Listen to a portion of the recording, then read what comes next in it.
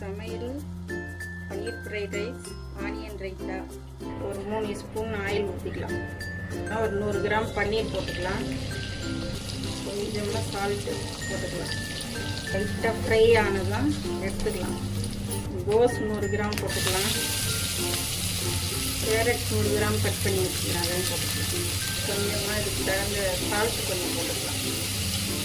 ஒரு அரை ஸ்பூன் மிளகாத்தூள் போட்டுக்கலாம்.